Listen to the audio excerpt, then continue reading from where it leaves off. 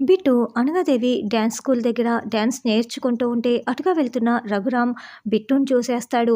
ఏంటి, నువ్వు డ్యాన్స్ నేర్చుకోవటానికి వచ్చావా అని రఘురామ్ బిట్టుని కోపంగా ఇంటికి తీసుకువెళ్తాడు.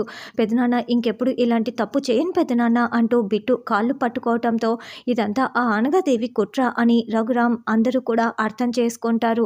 ఆ అనగాదేవికి ఎలాగైనా సరే బుద్ధి చెప్పి ఈ ఊరు నుంచి పంపించేసేయాలి అని రఘురామ్, శ్రీను, ఆద్య అందరూ కలిసి మాట్లాడుకుంటూ ఉంటారు. తరువాత రామలక్ష్మి నైవేద్యం తీసుకొని మళ్ళీ గుడి లోపలికి వస్తుంది.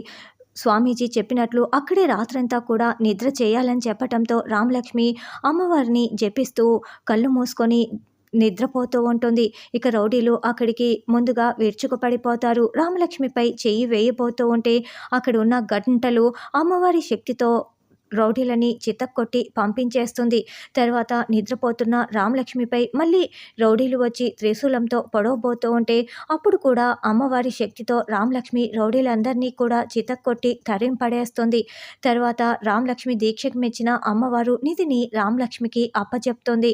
తర్వాత రోజు కలెక్టర్ దగ్గర రఘురామ్, రామలక్ష్మి, శౌర్య, ఆద్య అందరూ కూడా సమావేశమవుతారు. ఊరి జనాలందరూ కూడా అక్కడే ఉంటారు. చూడండి కలెక్టర్ గారు, మా రామలక్ష్మి 3 రోజులు కఠిన దీక్ష చేసి ఆ నిధిని సాధించింది.